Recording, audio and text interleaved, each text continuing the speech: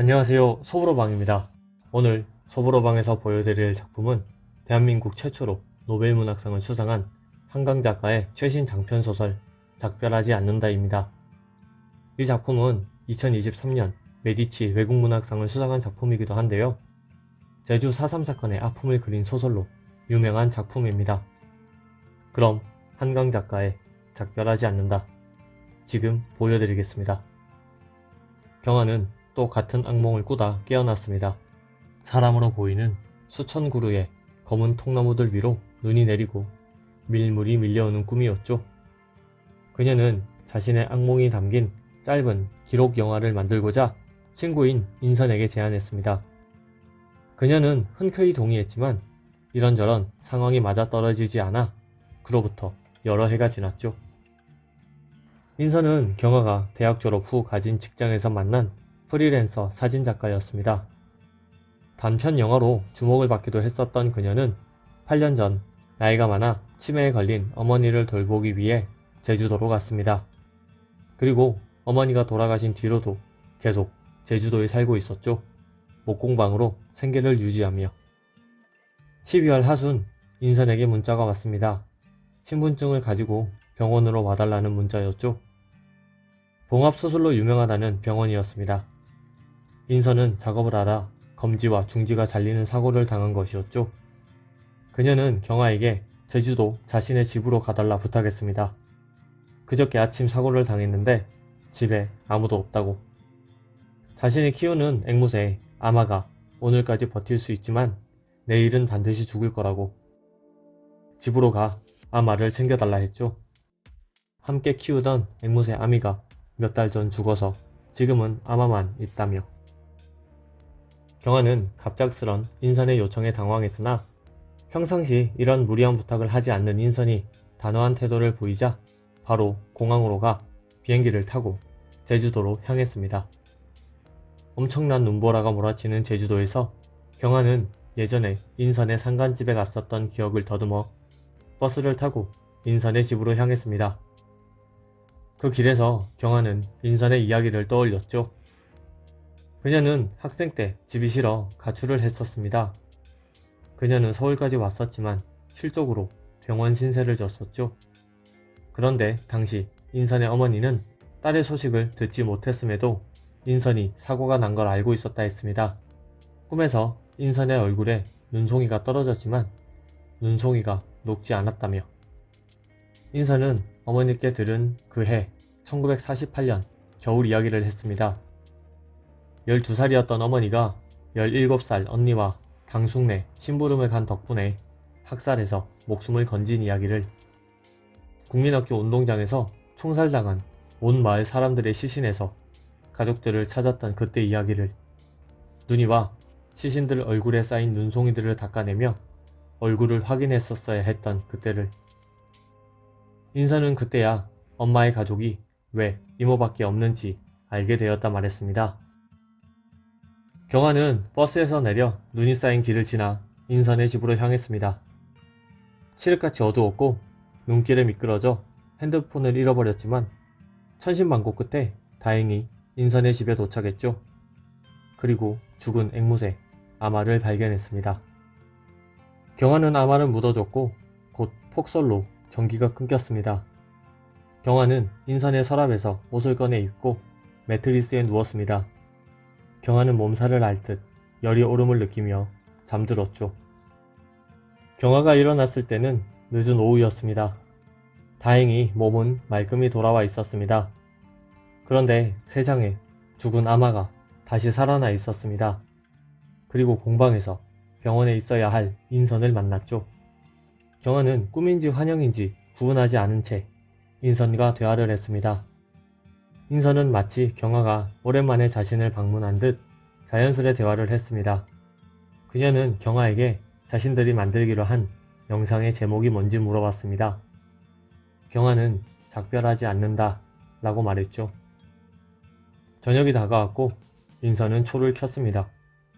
그리고 제주공항 활주로 아래에서 발견된 유골들에 대한 신문기사를 보여줬죠. 그렇게 그녀는 자신의 부모님에 대한 이야기를 했습니다. 그해 그때 그녀의 아버지는 19살이었습니다. 아버지는 남동생 하나, 여동생 셋이 있었는데 그중 그 해 정초에 태어난 막내 여동생 은영이를 가장 아꼈습니다. 당시 아버지의 가족 중에서 산 위에 숨어있는 무장대와 내통할 거라는 의심을 받을 남자는 아버지뿐이었고 할아버지는 아버지를 걱정해 매일 동굴에 숨어 지내도록 했습니다. 그해 11월 밤 숨어있던 동굴에서 나와 집으로 가고 있었습니다. 그런데 갑자기 호루라기 소리가 들리며 주변이 밝아졌고 아버지는 본능적으로 몸을 숨겼습니다. 그리고 군인들이 아이들, 아기 업은 여자들, 노인들을 개머리판으로 공격하며 끌고 가는 것을 목격했죠. 사람들이 사라지고 아버지는 마을에서 자기 대신 총살당한 할아버지를 발견했습니다. 아버지는 할아버지 시신을 집으로 업고 가 묻었습니다.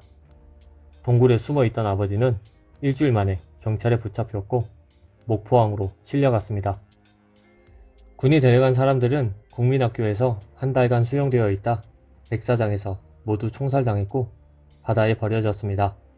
군경, 직계가족을 제외한 젖먹이 아기를 포함한 모두를 빨갱이 절멸을 위해서. 아버지는 목포로 끌려간 뒤 교도소로 갔습니다. 그리고 15년의 수감생활 끝에 돌아왔죠. 아버지는 그 백사장으로 가 그 당시 목격자에게 갓난아기 울음소리를 들었냐 물었죠. 바닷가로 떠밀려온 아기는 없었냐 물었죠. 하지만 아버지는 원하는 대답을 들을 수 없었습니다. 인사는 아버지가 고문의 후유증으로 고생하시다 심근경색으로 돌아가셨다 말했습니다. 그리고 인사는 자신이 살고 있는 그 집은 어머니의 외가였다는 이야기를 하며 어머니 이야기를 했습니다. 엄마와 이모는 초등학교에 있는 시신들 속에서 외삼촌과 막내를 찾지 못했습니다. 외삼촌은 원래 날랜 사람이라 도망갔을 거라 생각했습니다만 막내가 없어 이상했죠. 막내는 운동장이 아닌 불탄 집터에 있었습니다. 배와 턱에 총을 맞고 의식을 잃은 채로 통금 때문에 병원도 못 가고 의원을 부르지도 못해 어머니는 손가락을 깨물어 막내 입안에 피를 넣어주기만 했죠. 외삼촌의 소식은 이듬해 처벌하지 않겠다는 삐라가 뿌려진 뒤 들려왔습니다. 약속과 달리 사람들은 체포되었고 그는 몇 번의 면회 이후 목포로 끌려갔죠. 외삼촌은 대구 형무소로 갔고 다음 해인 1950년 외삼촌의 편지가 왔습니다.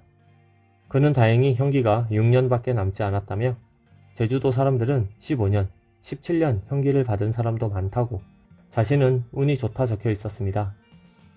하지만 곧 전쟁이 터졌고 외삼촌과의 소식은 끊겼습니다. 전쟁이 끝나자 엄마와 이모는 대구 형무소를 방문했습니다. 그들은 외삼촌이 진주로 이송되었다 했고 진주로 갔지만 그곳에 외삼촌에 대한 자료는 없었죠. 인사는 경화에게 경산에 있는 코발트 광산 사진을 보여줬습니다. 그러면서 1950년 전쟁이 일어나고 그해 여름부터 보도연맹 가입자들이 대구 형무소로 수용되었고 그때 사람들을 수용할 공간이 없어지자 재수자들부터 곤란해 총살을 했다는 이야기를 했습니다. 군은 경산 코발트 광산의 갱도가 시체로 가득 차자 주변 골짜기로 장소를 옮겨 계속 총살하고 매장했는데 외삼촌은 아마 광산에서 총살당했을 거라 말했습니다. 인사는 여러 자료들을 보여줬습니다. 인선의 어머니가 돌아가시기 전까지 모은 자료를 사실이 밝혀지고 군부독재로 유족회장이 사형 언도를 받고 다시 재조명되고 유해를 수습하기까지. 하지만 인선은 엄마가 실패했다 말했습니다. 2009년 유해 수습이 중단되었고 결국 외삼촌의 뼈를 찾지 못했다며. 경화는 인선의 아버지에 대해 물어봤습니다. 인선은 아버지가 15년의 긴 형기를 받아 대구 형무소에서 부산 형무소로 이동해 천운으로 목숨을 건졌고 15년 형기를 마치고 제주도로 왔다 말했습니다. 그리고 어머니는 대구 형무소에 있다 온 사람이 있다는 걸 알고 외삼촌을 물어보기 위해 아버지에게 가면서 두 분은 만나게 된 것이죠. 아버지는 어머니에게 외삼촌에 대해 학교를 같이 다니진 않았지만 얼굴은 알고 있었다 말했습니다. 하지만 더 말할 수 있는 건 없었죠. 인선은 자신이 제주도로 다시 돌아왔을 때를 말했습니다. 어머니의 치매 때문에 힘들었지만 어머니의 자료를 보고 어머니가 느꼈을 아픔을 체감했죠. 그녀는 절멸을 위해 죽인 아이들을 느꼈고 경화와 함께 작업할 수 있겠다는 걸 느꼈다고 말했습니다. 이야기를 마친 인선은 눈을 잠깐 붙이겠다 말했고 다 타버린 초는 꺼져가고 있었습니다. 어둠은 인선을 가렸습니다. 경화는 초를 켜기 위해 성냥을 그었고 몇 번의 시도 끝에 마침내 성냥에서 불꽃이 솟아올랐습니다. 작별하지 않는다는 제주 4.3 사건부터 보도연맹 학살 사건, 그리고 경산 코발트 광산 학살 사건까지 해방 이후 이념 갈등으로 생긴 가슴 아픈 역사를 보여주는 소설입니다. 개인적으로 소설을 읽은 후 다시 한번 각 사건에 대해 찾아보면서 충격을 받기도 했었습니다. 가슴이 먹먹해지는 소설 소보로방에서 보여드린 현강 작가의 작별하지 않는다였습니다. 영상이 마음에 드셨다면 좋아요, 구독 버튼을 눌러주세요. 감사합니다.